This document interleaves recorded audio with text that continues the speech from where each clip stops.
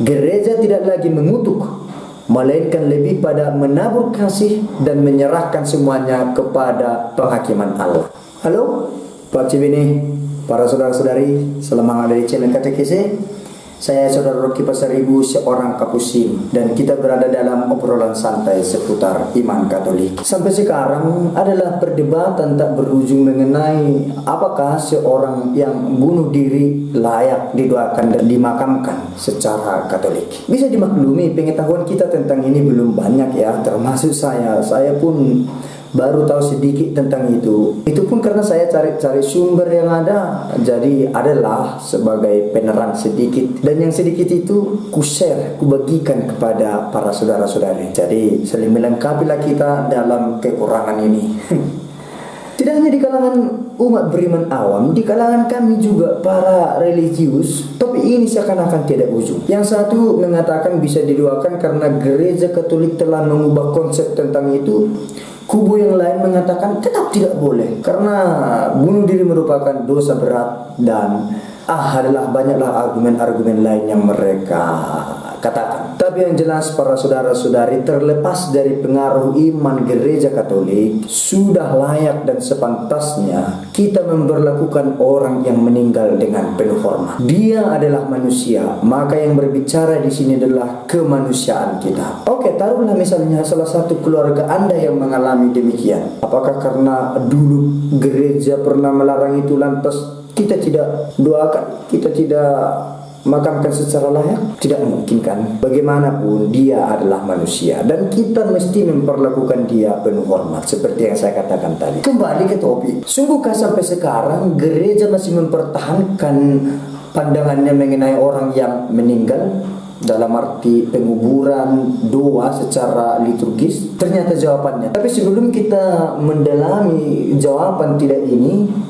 mari kita lihat sebentar sejarah atau latar belakang mengapa gereja pernah memberikan sanksi, memberikan hukuman bagi orang yang demikian. Pelarangan ini dimulai pada abad ke-5 ketika Gregorius Agung menjadi uskup. Uskup Roma artinya paus. Alasannya mengapa? Dulu belum karena bunuh diri, tapi alasan pelarangan yang pertama-tama itu karena muncul banyak kejahatan, baik dari luar gereja maupun dari dalam gereja, sehingga umat beriman banyak yang teraniaya. Jadi sanksi ini ditujukan pertama-tama untuk penjahat yang menyiksa orang beriman. Gereja menegaskan orang penjahat tidak layak dilayani secara Katolik. Begitu juga dengan skisma, begitu juga dengan bid'ah, begitu juga dengan orang-orang yang melakukan cacat celah di mata gereja dan masyarakat. Namun penyimbangannya semakin dialami dalam Kitab Hukum Kanonik 1917. Di sana gereja mulai memperhatikan fenomena-fenomena yang marak saat itu, bahwa orang gemar mengakhiri hidup dengan secara tidak layak. Maka dalam KHK tersebut dicantumkan bahwa orang yang bunuh diri pun tidak boleh mendapat layanan secara liturgi. Di sisi lain, gereja menyadari bahwa hidup kita adalah milik Allah. Maka tak seorang pun dari kita yang berhak mengakhiri hidup kita secara tidak pantas. Inilah kira-kira sejarah ya, sejarah singkat mengapa gereja pernah menolak memberikan pelayanan kepada orang yang meninggal karena bunuh diri. Nah, sekarang kita masuk pada jantung pembahasan video ini. Gereja sekarang sudah berubah haluan. Gereja sekarang sudah mulai menawarkan cinta kasihnya, tidak lagi seperti yang dulu-dulu yang penuh kutuk, yang penuh dengan sanksi. Gereja saat ini mulai mengubah konsepnya tentang fenomena-fenomena di atas tadi. Gereja menyadari bahwa Allah lah hakim yang adil dan benar. Maka manusia seperti kita ini tidak berhak menghakimi sesamanya. Maka lewat refleksi yang mendalam, ganjaran orang yang meninggal karena bunuh diri kita imani menjadi urusan mutlak Allah. Mungkin ada pertanyaan, kemana jiwa-jiwa orang yang meninggal karena bunuh diri? Apakah ke neraka atau ke surga? Kita tidak bisa memastikan ke neraka, ke surga atau kemana. Itu urusan Allah. Biarlah Allah yang menjadi hakim bagi mereka seturut dengan perbuatan mereka ketika hidup. Setidaknya kita sebagai umat beriman sudah melakukan apa yang bisa kita lakukan? Maka KHK 1983 mengatakan bunuh diri tidak lagi menjadi penghalang untuk mendapat pelayanan liturgis. Bunuh diri tidak lagi menjadi penghalang untuk mendapat pelayanan liturgis seperti misa arwah atau pemakaman secara Katolik.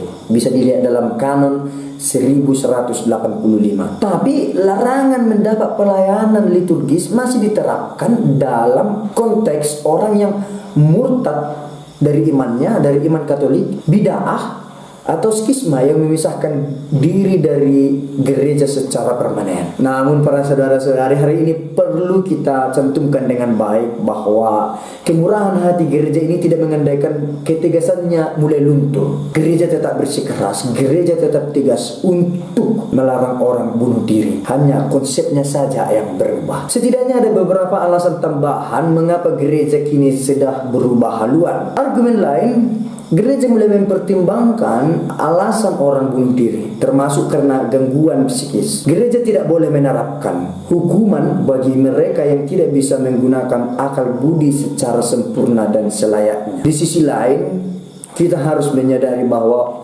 orang yang memilih jalan bunuh diri pasti tidak dalam keadaan normal. Bisa dipastikan orang memutuskan bunuh diri karena pikirannya sudah gelap, sudah kacau. Dia hidupnya sudah penuh tekanan, ada ketakutan. Dan ketika dia tidak mampu membendung itu, muncullah pikiran-pikiran yang tidak normal.